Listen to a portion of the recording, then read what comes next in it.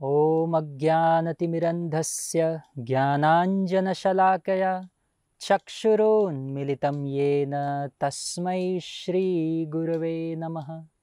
नमो विष्णुपादाय कृष्णप्रेष्ठाय भूतले श्रीमते भक्तिवेदान्तस्वामिनिति नामिने।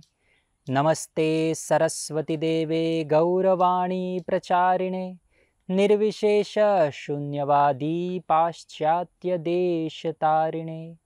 जय श्री कृष्ण चैतन्य प्रभु नित्यानंद श्री अद्वैत गदाधार श्रीवासादि गौर भक्तवृंद।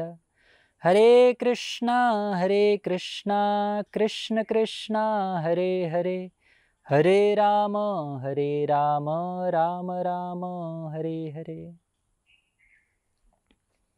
हरे कृष्णा। तो आज हम चर्चा करेंगे अघासुर वध इस विषय पर। हम सब इस जगत में नाना प्रकार के दुखों से पीड़ित रहते हैं। इस संसार यह पूरा एक दुख से भरा हुआ है। भगवान भगवद गीता में कहते हैं कि यह पूरा संसार यह एक दुखालय है।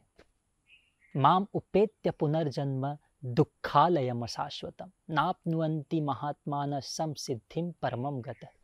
यह पूरा संसार हर एक व्यक्ति अलग अलग प्रकार के अड़चनों से, दुखों से पीड़ित है।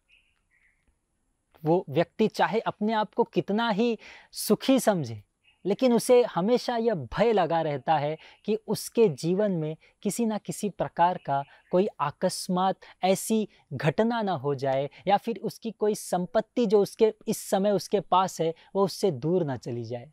तो यह शोक, मोह और भय, जब तक व्यक्ति के पास कोई चीज़ नहीं होता तो उसे प्राप्त करने के लिए वो मोहित रहता है। वो मोह में पड़ा हुआ होता है कि कब ये वस्तु मुझे प्राप्त हो जाएगा और इस वस्तु से मैं आनंदित हो जाऊंगा।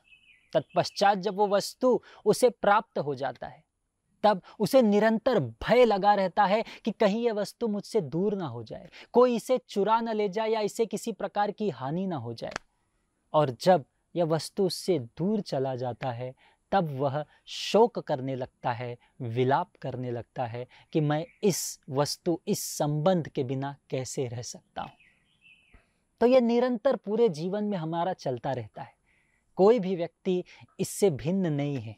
हर एक व्यक्ति अपने जीवन में संघर्ष करता ही रहता है।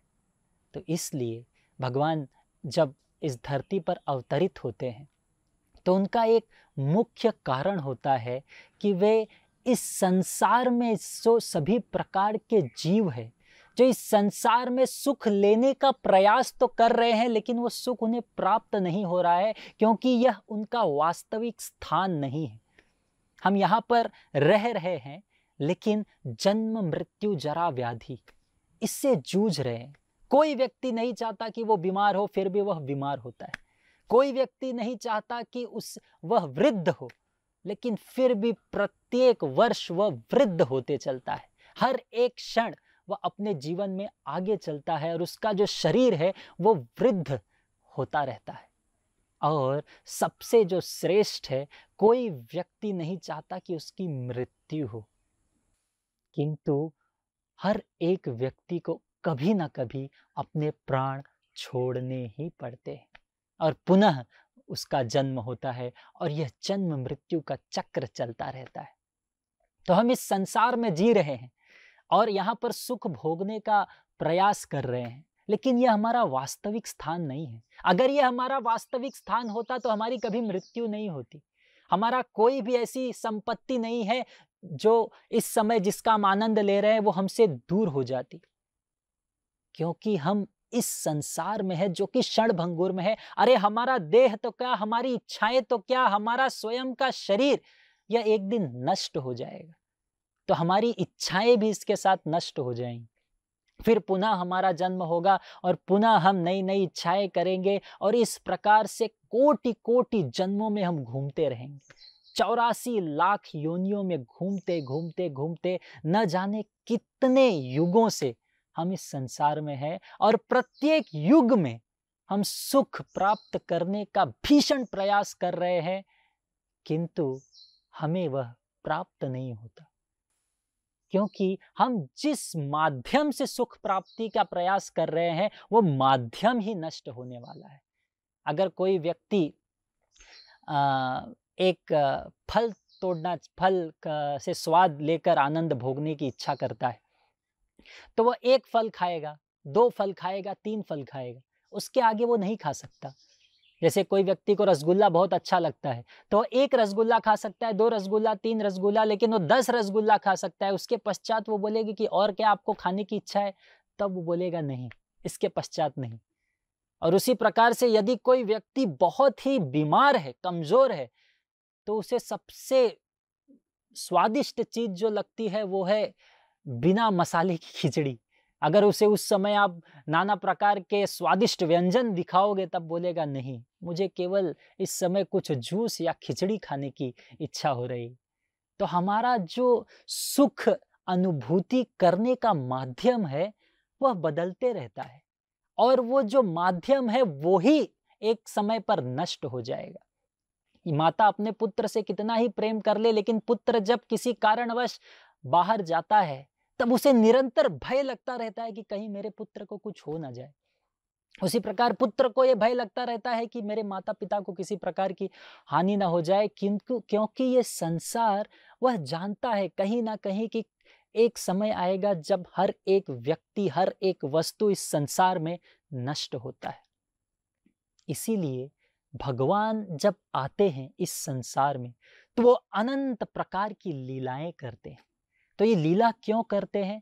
ताकि वे इस भौतिक संसार के बद्ध जीव को, जो यहाँ पर दुखी है, आनंद भोगने का प्रयास कर रहे हैं लेकिन उन्हें कोटि कोटि जन्मों से यहाँ पर आनंद नहीं मिल रहा, वैसे जीवों को आध्यात्मिक जगत, जो कि जीव का वास्तविक स्थान है, जहां पे जन्म मृत्यु जरा व्याधि आदि दैविक आध्यात्मिक आदि भौतिक क्लेश नहीं है, और निरंतर जीव भगवान के सानिध्य में आनंद की अनुभूति करता रहता है, और उसका आनंद जो है वो बढ़ता ही रहता है, बढ़ता ही रहता है। ऐसे परम धाम में पुनः इस जीव को ले जाने के लिए, आकर्षित करने के लिए भगवान इस संसार में आते हैं। सुखदेव गोस्वामी भागवतम में वर्णन करते हैं, अनुग्रहाय भूतानां मानुषं देहमास्तितः भजते तादृश क्रीड़ा यः श्रुत्वा तत्परो भवेत्। तो यहाँ पर सुखदेव गोस्वामी कहते हैं कि भगवान इस संसार में आते हैं और नाना प्रकार के क्रीड़ाएं करते हैं, लीलाएं करते हैं, ताकि वे इस संसार के लोगों को आकर्षित कर सके। जैसे कि हम कोई नया अगर मार्केट में कोई वस्तु आता है तो उसको एडवर्टाइज किया जाता है। उसी प्रकार से जब कोई नया चलचित्र आता है, पिक्चर आता है, तो उसका एक ट्रेलर निकलता है। उसी प्रकार से भगवान आध्यात्मिक जगत का एक ट्रेलर दिखाने के लिए ये आध्यात्मिक जगत का एक झांकी के रूप में कि देखिए आध्यात्मिक जगत इस भांति है, इस समान दिखता है, भगवान यहाँ पर आकर अपनी दिव्य लीलाएं करते हैं। और इन दिव्य लीलाओं को मानुषम देहमास्तितः, मनुष्य के रूप में वे नाना प्रकार की लीलाएं करते हैं, ताकि जीव जो है भगवान के दिव्य सुंदरता से, दिव्य लीलाओं से आकर्षित होके, जब हम भगवान के लीलाओं को सुनते हैं, नारद मुनि प्रथम स्कंद में कहते हैं, एतद हि आतुर चित्तानां माया स्पर्शे छयामुहु भव सिंधु प्लवो दृष्टो हरिचर्यानुवर्णनम, कि संसार में हम अलग अलग प्रकार के दुखों से पीड़ित हैं, लेकिन इस संसार के सारे दुखों को पार करने का एकमात्र मार्ग क्या है? हरिचर्यानुवर्णनम, हरि का कथा का गुणगान करना, भगवान के अनंत अवतारों में जो उन्होंने लीलाएं किए हैं, और विशेष रूप में जो भगवान का सर्वश्रेष्ठ रूप है, सौंदर्य है, जो सभी अन्य अवतारों के स्रोत है, भगवान श्री कृष्ण के लीलाओं का जब हम आस्वादन करते हैं, तब हृदय के सभी दुखों का, कल्मशों का विनाश हो जाता है। नष्ट प्रायेषु अभद्रेषु नित्यम भागवत सेवया, नित्यम अगर हम भगवान के लीलाओं का जब वर्णन करते हैं तो इस हृदय में भरी हुई नाना प्रकार के जो पाप है, कल्मश है, उसका विनाश हो जाता है।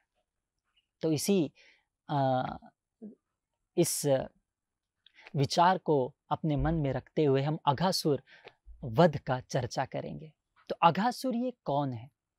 अघासुर अपने पूर्व जन्म में अघ नाम का एक युवक था जो कि शंखाचूर का पुत्र था। अब यह बहुत ही सुंदर था। अब सुंदर होना यह कोई गलत बात तो नहीं है, किंतु यदि इस संसार में किसी व्यक्ति को कोई समृद्धि प्राप्त हो जाती है, कोई ऐश्वर्य प्राप्त हो जाता है, तो उसका स्वाभाविक परिणाम क्या होता है कि वह अभिमानी हो जाता है और यही ऐश्वर्य उसके विनाश का कारण बनता है। तो यह जो अघ नाम का युवक था, यह इतना सुंदर था कि उसके कारण वो बहुत अभिमानी था।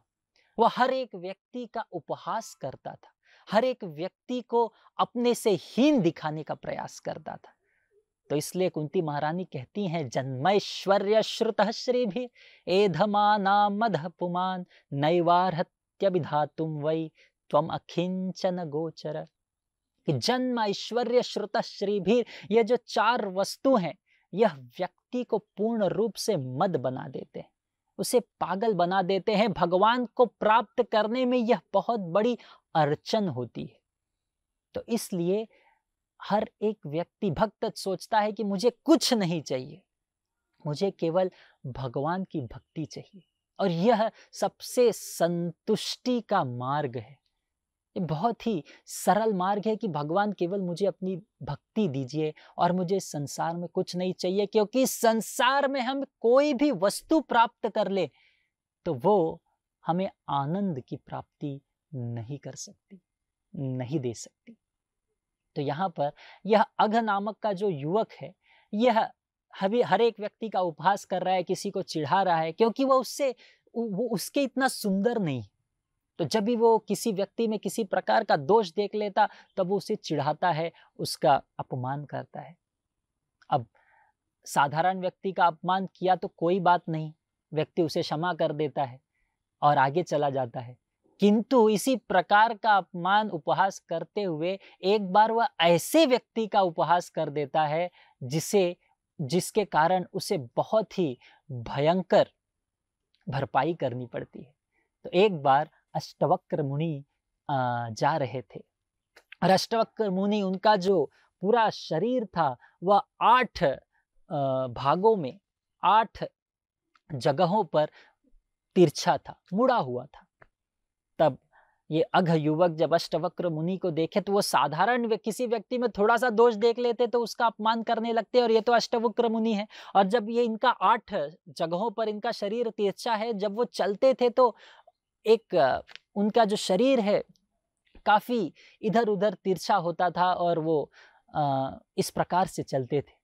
तो जब अघ ने उनको देखा, तब वो उनके उपहास करने लगे, उनकी निंदा करने लगे, उन पर टिप्पणी करने लगे।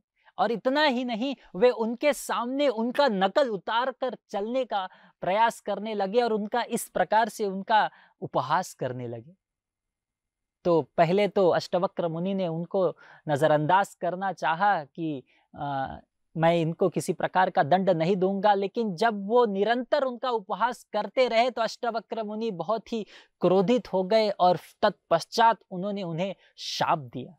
उन्होंने शाप दिया कि तुम मेरे इस शरीर का उपहास कर रहे हो, तुम मेरे इस शरीर जो कुछ और से मुड़ा हुआ है, कुछ और से तिरछा है, और चलने में मैं थोड़ा सा झुकता हूं, तब मेरा उपहास कर रहे हो। तुम्हें ऐसा शरीर प्राप्त होगा कि प्रत्येक चाल के लिए, थोड़ा सा भी चलने के लिए आपको अपने पूरे शरीर को मोड़ते रहना पड़ेगा, अर्थात तुम्हें सर्प का योनि प्राप्त होगा। और सर्प में भी नहीं, तुम्हें सबसे भयंकर योनि जो अजगर का है वो प्राप्त होगा, जो सर्पों के एक प्रकार से राजा माना जाता है, और तुम्हारा शरीर पूर्ण रूप से कुरूप होगा। तो ऐसा भयंकर शाप प्राप्त करने के पश्चात अब यह जो अघ युवक है, यह अपने इसकी जो मति है, जो भ्रष्ट हो गई थी, वो अपने स्थान पर आती है और फिर वह उनके पैरों पर गिरकर क्षमा मांगने लगते हैं कि कृपया मुझे इससे निकलने का मार्ग बताइए, कृपया मुझ पर अपनी कृपा करिए। तो फिर अष्टवक्र मुनि कहते हैं, ठीक है, तुम्हें एक अजगर की योनि प्राप्त तो होगी, किंतु भगवान स्वयं जब तुम्हारे उदर में प्रवेश करेंगे तब तुम्हारा उद्धार होगा। तो इस प्रकार से आशीर्वचन देने के पश्चात अष्टवक्र मुनि चले गए और वे वह जो अघ नामक राक्षस, अघ नामक युवक था, वह एक महान अजगर का रूप उसने धारण किया और अघासुर के नाम से वह पूरे संसार में जाना गया। अब यह देखिए, यह होता है अभिमान का परिणाम। तो अभिमान व्यक्ति को पूर्ण रूप से पागल बना देती है, मदमस्त बना देती है। तो वर्णन आता है भागवतम में कि एक बार इंद्र अपने स्वर्ग की ऐश्वर्य में इतना अभिमानी हो गए थे, इतना डूब चुके थे कि एक बार उनके गुरु बृहस्पति वहां पर आए और उन्होंने अहंकार के वश, अभिमान के वश कुछ क्षण उन्होंने अपने गुरु का सम्मान नहीं किया और इसके पश्चात उन्हें इतना भयंकर परिणाम देना पड़ा, उसका भरपाई करना पड़ा कि उन्हें अपने स्वर्ग से राक्षसों ने आक्रमण किया और उन्हें अपने स्वर्ग को छोड़कर भागना पड़ा। उसी प्रकार से पुनः दक्ष प्रजापति, वो इतना अभिमानी थे कि वे शिव जी के स्थान को, उनके महत्ता को समझ नहीं पाए और उनका वे तिरस्कार करने लगे, अनादर करने लगे। तो इस संसार में ऐश्वर्य होना गलत बात नहीं, लेकिन उस ऐश्वर्य का यदि हमें अभिमान हो जाता है तो ये बहुत ही भयंकर चीज है। इसलिए सर्वश्रेष्ठ जो मार्ग है वो है, यदि हमें किसी प्रकार का ऐश्वर्य इस संसार में प्राप्त होता है तो उसे भगवान की सेवा में लगानी चाहिए, तो हम उससे आसक्त नहीं होंगे और वह हमें किसी प्रकार की हानि नहीं पहुंचाएगी। यत् करोषि यदश्नासि यज्जुहोषि ददासि यत् तपस्यासि य कौन्तेय तत्कुरुष्व मदर्पणम। भगवान कहते हैं, आप जो भी कार्य करते हो, जो भी भोग लगाते हो, जो भी तपस्या करते हो, हे अर्जुन, इसे मुझे अर्पण करते हुए करो। यह सर्वश्रेष्ठ मार्ग है। जब हम इस प्रकार का कार्य करेंगे तब हम इस संसार के वस्तुओं से आसक्त नहीं होंगे। युधिष्ठिर महाराज संसार के सर्वश्रेष्ठ राजा थे, सम्राट थे, वो राजसूय यज्ञ कर रहे थे, इतनी संपत्ति थी, लेकिन उनका एकमात्र जो इच्छा थी वह यह था कि वह भगवान का गुणगान कर सके, वो भगवान की सेवा कर सके। तो यह अघ नामक राक्षस अब एक अजगर के रूप में था। अब कृष्ण जो प्रथम उनका कौमार अवस्था में, अब वे धीरे धीरे बड़े हो रहे थे और कौमार अवस्था का, जो कौमार के बाद पौगंड आता है, उसके बाद कैशोर आता है। अब कौमार के अंतिम समय में, लगभग जब उनका कौमार अवस्था खत्म होने वाली थी और पौगंड में प्रवेश करने वाले थे, तब उन्होंने यह अघासुर नामक राक्षस का वध किया था। तब अब कृष्ण प्रतिदिन जब उठते थे तो हर एक जो ग्वाल बाल थे वे निरंतर प्रयास करते रहते थे कि कैसे वह कृष्ण के साथ समय बिता पाए, कृष्ण के साथ खेल पाए। प्रतिदिन जब कृष्ण उठते थे तब वे अपना बुगल बजाते थे और फिर सभी जो उनके मित्र थे, ग्वाल बाल थे, वह दौड़ते हुए आते थे और सभी लोग फिर वृंदावन की ओर प्रस्थान करते थे। और ऐसा नहीं है कि संसार में जब कोई बच्चा स्कूल जा रहा है या फिर कहीं जा रहा है तो रो रहा है और माँ उसका आंसू पोंछ रही है और बच्चा जा रहा है, ऐसा नहीं। हर एक जो ग्वाल बाल था वो पूरा रात प्रतीक्षा करते रहता था। कहा जाता है कि वे पूरा रात सोते नहीं थे। कई बार वो कृष्ण के घर पे आते थे, यशोदा माई को कहते थे कि यशोदा माई, कृष्ण चलो हमें वन की ओर जाना है। तो यशोदा माई कहती है, अरे अभी तो रात्रि का समय है। तो एक के बाद एक अलग अलग प्रकार के उनके जो मित्र थे वे आते थे और निरंतर पूरी रात वे सोते नहीं थे। किंतु जब सुबह कृष्ण की ध्वनि सुनते थे तब वे सभी पूर्ण ऊर्जा से भर जाते थे और सभी लोग पूर्ण उत्साह के साथ हंसते हुए वे भगवान के साथ वन की ओर जाते थे। और अनन्य वर्णन आता है कि वे अपने साथ असंख्य बछड़ों को ले जाते थे चराने के लिए, तो इसका कोई गिनती नहीं, असंख्य बछड़ों को ले जाते थे और उनको अपने सामने रखते हुए प्रत्येक ग्वाल बालों के पास एक छड़ी होती थी, बांसुरी होती थी और उनका जो ध्वनि का उपकरण है वो होता था और उसके साथ वे वन की ओर जाते थे और सभी लोग खेलते, नाचते, गाते वन की ओर जाते थे और सभी के पास उनके भोजन का डिब्बा रहता था। तो जब वो चलते रहते थे तब कोई ग्वाल बाल क्या करते थे, वे एक मोर को देखते थे और उसकी भांति वो नृत्य करने लगता था। फिर कोई ग्वाल बाल कोयल की आवाज निकालने लगता था। फिर कोई जो मित्र था कृष्ण का, वह यमुना के तट पर मेंढक को देखता था और उसकी आवाज निकालने लगता था। जब मेंढक पानी में कूदता तब उसके पीछे वे भी पानी में कूद जाते और फिर वो किसी पक्षी के परछाई को देखकर उसके पीछे दौड़ते थे और पक्षी जिस दिशा में जा रही है उस दिशा में दौड़ने लगते थे। ऐसे निरंतर नाना प्रकार के वे क्रीड़ा करते थे और आनंद में डूबे हुए रहते थे। तो इस प्रकार से निरंतर उनका समय जाता था और फिर कोई ग्वाल बाल एक दूसरे का नकल उतारते थे और एक दूसरे का उपहास करते थे और फिर कोई ग्वाल बाल किसी का जो भोजन का डिब्बा है वो चुरा लेते थे और जब वो उसकी तरफ दौड़ते भोजन की डिब्बा लेने के तो वो दूसरे को दे देता था, जब उसकी तरफ जाते तब वो दूसरे को दे देता था। इस प्रकार से कई बार उसे दौड़ना पड़ता था और तब उसके पश्चात उसे अपने भोजन का डिब्बा मिलता था। तो यह खेल, यह क्रीड़ा वो खेलते रहते थे और निरंतर आनंद में रहते थे। और ये किसके साथ खेल रहे हैं? साक्षात पूर्ण पुरुषोत्तम भगवान श्री कृष्ण, जो पूरे संसार के स्वामी हैं, जो पूरे आध्यात्मिक लोक, भौतिक लोक के जो स्रोत हैं। अहम सर्वस्व प्रभो मत्तः सर्वं प्रवर्तते इति मत्वा भजन्ते मां बुधा भाव समन्वितः। ये पूरे संसार के जो स्वामी है, ये पूरे संसार के स्वामी के साथ वे इस प्रकार की क्रीड़ाएं कर रहे हैं। इनके भाग्य की तुलना क्या की जाए, किस स्तर पर है। योगी नाम अपि सर्वेशाम मदगतेनांतरात्मना श्रद्धावान भजते यो माम समय युक्ता तमोमतः। इसलिए भगवान कहते हैं कि सभी योगियों में श्रेष्ठ योगी कौन है? सभी योगियों में श्रेष्ठ योगी वह है जो भगवान की भक्ति करे। तो भगवान के एक छोटे से दर्शन प्राप्त करने के लिए सभी लोग ललायित रहते हैं, लेकिन ये ग्वाल बाल भगवान के साथ क्रीड़ा कर रहे हैं, भगवान के साथ खेल रहे हैं।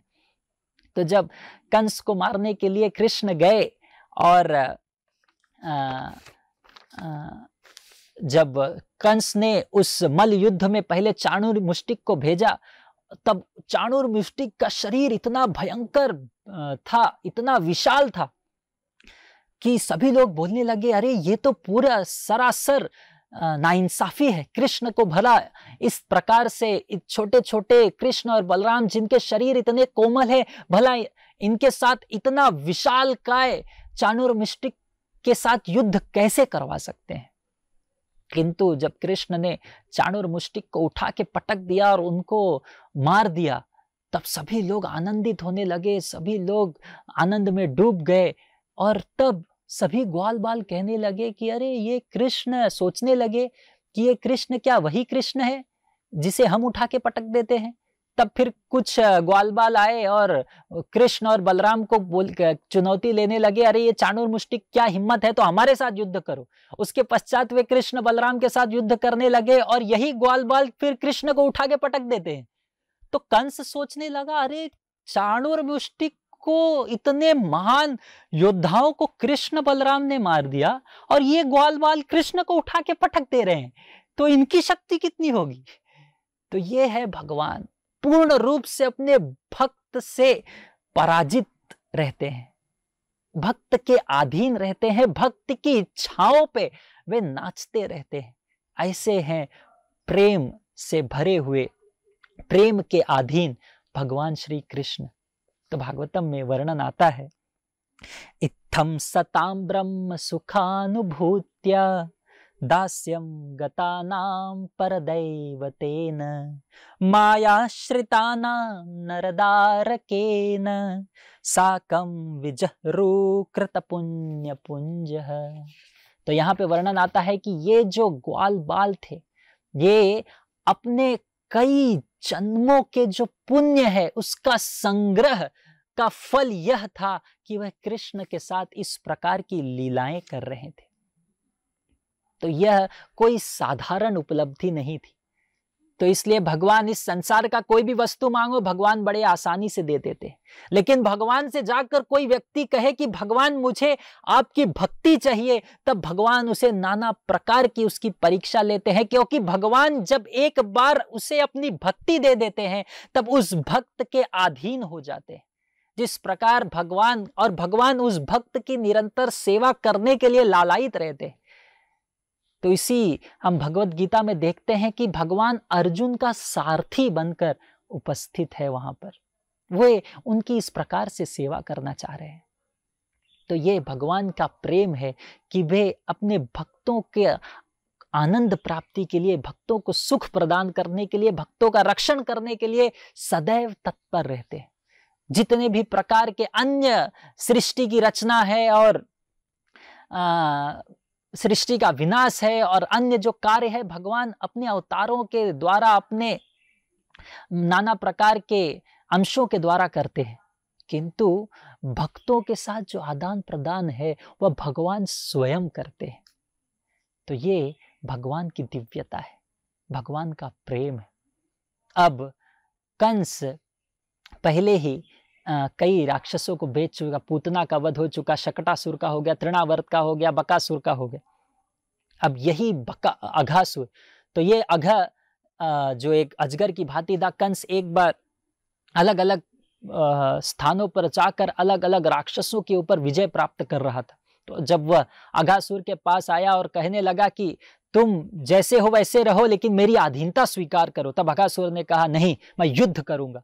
तब कंस इतना बलशाली था कि इस अघासुर का पूर्ण रूप से इसे पराजित करके इसे अपने गले में एक प्रकार से सिर पर लटकाते हुए वह अपने राज्य में गया। तब से अघासुर कंस का सेवक बनकर वहां पर रहता था। अब कंस ने क्या किया, इस अघासुर को, और यह अघासुर कहा जाता है कि ये बहुत सोता था, कुंभकर्ण की भांति सोता रहता था। तो एक बार कंस उसके पास गया और बोला, उठो अघा, तुम्हें एक बहुत ही महत्वपूर्ण कार्य करना है, तुम्हें जाकर कृष्ण का वध करना है। तो वही कृष्ण जिन्होंने तुम्हारे जो बड़े भाई और बड़ी बहन पूतना और बकासुर का वध किया है। तो ये अघासुर सबसे छोटा था, पूतना और बकासुर इनसे बड़े थे। तो ये दोनों का वध कृष्ण ने किया है, तुम्हें जाकर उनसे प्रतिशोध लेना है और कृष्ण की हत्या करना है। तो अघासुर पूर्ण रूप से क्रोध से भर गया और उसने निर्णय किया कि मैं कृष्ण का हत्या करूंगा, क्योंकि इन्होंने मेरे प्रिय भ्राता तथा बहन का हत्या किया है। तो फिर वे वहां पर वृंदावन में जाता है, और वह किस प्रकार से जाता है, वह जो पथ है कृष्ण का और उनके अन्य ग्वाल बालों का जो पथ है, उस पथ पर जाकर अपना जो रूप है वो बहुत ही विशाल कर लेता है। वो इतना विशाल रूप धारण कर लेता है और अपना मुंह खोल लेता है। तो उसकी जो मुख का जो नीचे का हिस्सा था वह जमीन पर स्पर्श कर रहा था, और ऊपर का हिस्सा था वो बादलों में था। उसकी आंखें अग्नि की समान ज्वलंत थी।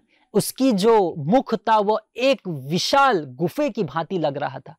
उसके जो दांत थे वह किसी पर्वत के शिखर के समूह की भांति लग रहे थे। उसकी जो जिह्वा थी वह एक बहुत ही बड़ा महामार्ग दिख रहा था। तो इस प्रकार से वह उस स्थान पर जाकर उपस्थित हो गया। अब जब सभी उनके जो मित्र थे वो नाचते खेलते घूमते वहां से जा रहे थे, तब उनकी दृष्टि अघासुर पर पड़ी, और जब उनकी दृष्टि अघासुर पर पड़ी तब उन्होंने वे सोचने लगे, अरे ये कौन सा स्थल है, ये तो हमने आज के पहले कभी नहीं देखा। ये प्रथम बार हम यह स्थान देख रहे हैं वृंदावन में। तो वो क्या करते थे, कोई भी स्थान देखते थे, कोई भी जगह देखते तो वहां पर जाकर अपनी क्रीड़ाएं करते थे, लीलाएं करते थे। तब अब अघासुर वहां पर इस प्रकार का रूप धारण करके बैठा है तो सोचने लगा, अरे ये स्थान तो हमने पहले कभी नहीं देखा।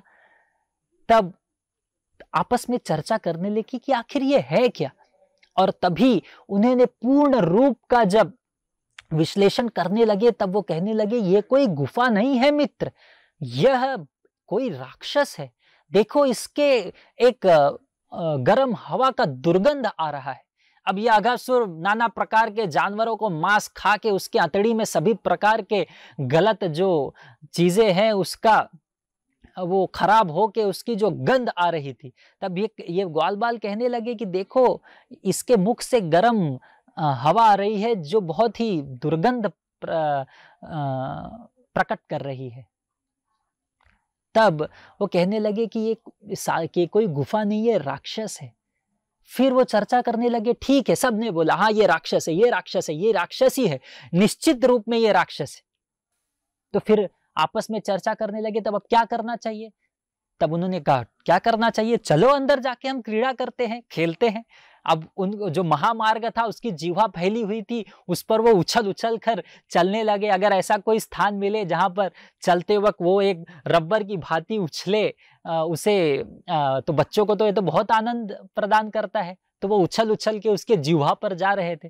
तो सभी ग्वाल बाल और सभी बछड़े उसके मुख में प्रवेश करने लगे और वे बहुत आनंदित थे, यह जानते हुए कि ये भय, ये एक प्रकार से उन्हें कहीं ना कहीं संदेह था कि ये राक्षस है, फिर भी वे उनके मुख में प्रवेश किए। इसका कारण ये था कि वे आपस में चर्चा करने लगे कि चलो मान लो कि ये कोई राक्षस निकला भी, तो जिस प्रकार बकासुर का वध हुआ है इसका भी वध अवश्य होगा। और वो कौन करेगा, हमारे जो रक्षण करता है, हमारे जो पालन करता है, हमारे जो प्रिय मित्र हैं कृष्ण, वे करेंगे।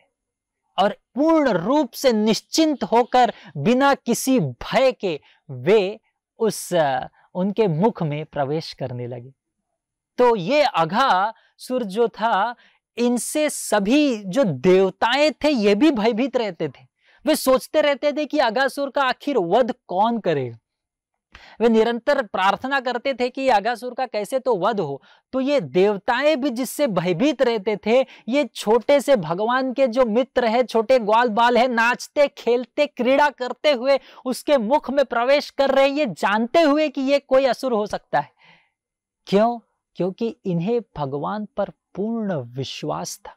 यस्याम वै श्रूयमाणायाम कृष्णे परम पुरुषे भक्तिरुत्पद्यते हृदयः शोक मोह भयापह। यदि कोई व्यक्ति भगवान का भक्ति करता है तो उसे किसी प्रकार का भय नहीं रहता, वह पूर्ण रूप से भय से रहित होता है, क्योंकि वह जानता है कि किसी भी परिस्थिति में भगवान उसकी रक्षा करेंगे। जैसा एक छोटा सा शिशु है, वो इतना अपनी माता पर इतना आश्रित रहता है कि उसे संसार में किसी चीज का भय नहीं रहता। उसकी माता उसकी ओर से सारा चिंता लेती है और उससे वो पूर्ण रूप से अपनी माता के ऊपर आश्रित रहता है, निश्चिंत और निर्भय से वो अपना जीवन जीता है। उसी प्रकार से भक्त जो है अपना पूर्ण रूप से जो चिंता है, संसार का जो क्लेश है, भगवान के चरणों में आश्रित होने के कारण मत चितः सर्व दुर्गाणि मत प्रसादात् तरिष्यसि अतः चेत्त्वाम अहंकारात् न श्रोष्यसि विनक्ष्यसि। भगवान वचन देते हैं भगवत गीता में कि मत चितः सर्व दुर्गाणि, सभी प्रकार के चिंताओं में, दुखों में मत प्रसादात् तरिष्यसि, अगर तुम मेरा चिंतन करोगे, मत प्रसादात् तरिष्यसि, तुम उस चिंता से, उस दुख से, उस क्लेश से पार हो जाओगे। ये भगवान का वचन है। तो ये सब ग्वाल बाल अब अंदर प्रवेश कर रहे हैं। अब कृष्ण बाहर रुके हुए, वे देख रहे हैं कि ये अघासुर है, ये राक्षस है। उन्होंने सोचा कि मैं अपने ग्वाल बालों को, अपने मित्रों को रोक लूंगा, लेकिन वे बहुत आगे जा चुके थे और कृष्ण वहां पर खड़े होकर मुस्कुरा रहे थे। अब सभी लोग अंदर प्रवेश कर चुके हैं, लेकिन अघासुर ने अपना मुख अभी बंद नहीं किया, क्योंकि वे कृष्ण की प्रतीक्षा कर रहे हैं कि जब कृष्ण प्रवेश करेंगे तब वे अपना मुख बंद करेंगे। तब अंत में कृष्ण, अब वो सोच रहे हैं, वे चिंतित हैं कि वे किस प्रकार से अपने मित्रों की रक्षा करेंगे, और वह ये भी सोच रहे हैं कि मैं किस प्रकार से इस अघासुर का वध करूंगा। तब कृष्ण अब अंत में प्रवेश करने लगे, और जब कृष्ण प्रवेश किए तब अघासुर ने अपना मुख बंद कर लिया, और लगभग सभी जो उनके ग्वाल बाल थे, सभी जो मित्र थे और बछड़े थे, सब एक प्रकार से बेशुद्ध हो गए, और कहीं पे वर्णन आता है कि उन्होंने अपने प्राण भी त्याग दिए थे। तो कृष्ण अब अघासुर का वध करने का निर्णय कर चुके थे। अब कृष्ण ने अब अघासुर ने अपना मुख बंद किया। उसने तो सोचने लगा कि मैंने कृष्ण की हत्या कर दी। अब सभी जो देवताएं हैं स्वर्ग लोक में, आकाश में जो भी देवताएं हैं, वो चिल्लाने लगे, हे क्या हो गया। तो वे दुखी हो गए। लेकिन कंस और बाकी सब जो राक्षस थे वे आनंद से नाचने लगे कि कृष्ण बगासुर के मुख में प्रवेश कर लिए, अब कृष्ण का विनाश होना निश्चित है। किंतु कृष्ण का तो अलग ही इच्छा थी। वे अब अपने रूप को बड़ा करने लगे, विस्तार करने लगे। अब धीरे धीरे उनका रूप बढ़ने लगा, उन्होंने विशाल रूप धारण करने लगे। तो अघासुर ने भी अपना जो मुख है, अपना जो शरीर है, बढ़ाने लगा। तो कृष्ण बढ़ाते गए कृष्ण को तो कोई सीमा नहीं है, वे तो विराट रूप प्रकट कर सकते हैं। अब अघासुर चाहे कितनी भी सिद्धि प्राप्त कर ले, फिर भी उसका एक क्षमता है। तो कृष्ण जब उसके क्षमता से परे अपने रूप को विस्तार करने लगे, तब पूर्ण रूप से उसका जो श्वास का जो मार्ग है वो बंद हो गया, और फिर उसका प्राण जो है वो पूर्ण रूप से बद्ध हो गया। और फिर वो इतना उसका व्याकुल होने लगा, उसकी आंखें घूमने लगी, और फिर जब उसका प्राणवायु है उसे कोई मार्ग नहीं मिला, तब वह उसके मस्तिष्क को चीरते हुए, फोड़ते हुए वह अघासुर के शरीर से निकल गया, और इस प्रकार से अघासुर का वध हो गया। बोलो श्री कृष्ण भगवान की जय। तब अब ये जब अघासुर का वध हो गया, तो फिर भगवान ने पुनः अपने मित्रों को और बछड़ों को एक प्रकार से जीवित किया, या फिर उन्हें पुनः अपने मुख्य उनके स्वरूप में लेकर आए, और फिर सभी लोग उस अजगर के मुख से बाहर आए। और जब उस अघासुर का वध हुआ, तो आकाश में जितने भी देवताएं थे, अप्सराएं नृत्य करने लगी, गंधर्वे गाने लगे, सभी जो ढोल बजाने वाले थे जो जो से ढोल बजाने लगे, भगवान के ऊपर नाना प्रकार के पुष्पों की वर्षा होने लगी, और इतना बड़ा एक उत्सव होने लगा पूरे ब्रह्मांड में कि इसकी जो ध्वनि थी वो ब्रह्मलोक तक गया। अब ब्रह्मा जी वहां से आकर देखने लगे कि आखिर हो क्या रहा है। तब देखा कि सभी लोग कृष्ण ने जो अघासुर का वध किया है इसका उत्सव मना रहे। तो फिर कृष्ण भगवान ब्रह्मा जी के मन में ये एक प्रश्न आया कि क्या यही भगवान है, क्या यही भगवान के अवतार, ये छोटे से बालक जो है। तब आगे ब्रह्म विमोहन लीला आता है, एक अलग कथा है। अब सब जो इस प्रकार सभी जो देवताएं हैं, सभी अप्सराएं, गंधर्वाएं, पूरे ब्रह्मांड में एक उत्सव का माहौल बन गया, और सभी लोग कृष्ण की जय जयकार करने लगे, और इस प्रकार से अघासुर का वध होता है। सुखदेव गोस्वामी कहते हैं कि यह अघासुर का वध होने के पश्चात जब इसका शरीर एक प्रकार से सूख गया, तब यह एक पिकनिक स्पॉट बन गया। तो सभी जो भगवान के मित्र थे यहाँ पर आकर नाना प्रकार की क्रीड़ाएं करते थे, खेलते थे। और इसके पश्चात 1 वर्ष के पश्चात वर्णन आता है कि ग्वाल बाल अपने घर पर जाकर अघासुर की लीलाओं का वर्णन करते थे, क्योंकि उसी समय ब्रह्मा जी ने उनके सभी मित्रों को और बछड़ों को चुरा कर लेकर जाते हैं, और वो एक अलग लीला है ब्रह्म विमोहन लीला। लेकिन 1 वर्ष के पश्चात ये लीला जो सभी ग्वाल बाल थे अपने घर में चर्चा करते हैं, क्योंकि 1 वर्ष तक ब्रह्मा जी ने उनका एक प्रकार से किडनैप करके उन्हें अपने पास रखा था। तब अब ये अघासुर क्या संबोधित करता है, क्या प्रतीत करता है हमारे जीवन में? अघासुर, शास्त्रों में वर्णन आता है कि यह जो हिंसा और क्रूरता की भावना है, यह इसकी ओर अघासुर जो है यह इसकी ओर प्रतीत करता है। ये हमारे हृदय में जो हिंसा और क्रूरता की भावना है, ये जितने भी अलग अलग प्रकार के असुर है कृष्ण लीला में, ये हमारे हृदय में उपस्थित अनर्थों को संबोधित करते हैं। तो अघासुर क्रूरता और हिंसा को संबोधित करता है। तो ये अघासुर क्या है? ये मृत्यु करने के, जैसे कोई सर्प अगर किसी को डस ले तब उसकी मृत्यु हो जाती है, लेकिन कम से कम उसका शरीर तो मिलता है अंतिम क्रिया करने के लिए। उसी प्रकार से किसी का एक्सीडेंट हो जाए या किसी का अकस्मात मृत्यु हो जाए तो कम से कम शरीर मिलता है। लेकिन ये अघासुर इतना क्रूर था, तो उसको वो क्या सोच कर आया था कि मैं सभी ग्वाल बालों का हत्या कर दूंगा, इससे क्या होगा, और कृष्ण का हत्या कर दूंगा तो इसके कारण क्या होगा, सभी जो वृंदावन वासी है, जिनके प्राण उनके प्रिय पुत्र हैं और कृष्ण हैं, वे भी मर जाएंगे। तो इतनी क्रूर भावना से अघासुर वहां पर आया था। और दूसरा, हत्या करने का ये जो माध्यम है, या मान लो कि कोई व्यक्ति जब अघासुर इस अजगर के मुख में प्रवेश करता है तो उसका शरीर भी नहीं मिलेगा अंतिम क्रिया करने के लिए। तो इतना भयंकर मृत्यु किसी को मिलता है। तो ये जो क्रूरता है, हिंसा करने की जो भावना है, यह अघासुर है।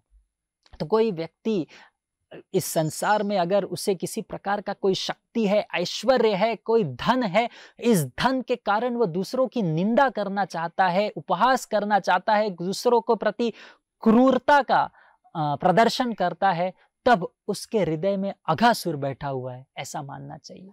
तो हमें यह निरंतर प्रयास करना चाहिए कि यह जो अनर्थ है, इस अभिमान से हमें भयभीत होना चाहिए। इस संसार में अगर कोई भी वस्तु है, कोई भी ऐश्वर्य हमें प्राप्त हुआ है, तो उसे भगवान की सेवा करना चाहिए, और किसी भी हालत में हमें किसी व्यक्ति का निंदा नहीं करना चाहिए, उपहास नहीं करना चाहिए, और इस क्रूरता या इस हिंसा का उपयोग करने की इच्छा हमारे में नहीं आनी चाहिए। ये हमें इस अघासुर लीला से सीखने को मिलता है।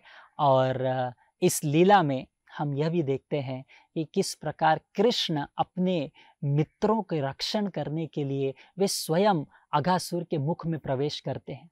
तो कहते हैं कि अघासुर, जब भगवान उसके प्राण निकल गए तो अघासुर की आत्मा बाहर वहां पर घूमने लगी, और भगवान जब बाहर आए तो यह जो आत्मा थी अघासुर की, वो भगवान में प्रवेश किया, और अघासुर को सारूप्य मुक्ति प्राप्त हुई। अब वर्णन आता है कि बाकी सभी राक्षसों को जब कृष्ण ने हत्या की, उन्हें तो सायुज्य मुक्ति मिला। अब अघासुर को सारूप्य मुक्ति क्यों मिला, उनको भगवान के जैसा रूप क्यों मिला? क्योंकि उनकी माता पूतना ने भगवान कृष्ण को अपना दूध पिलाया था, इसलिए उनको माता का स्थान मिला था।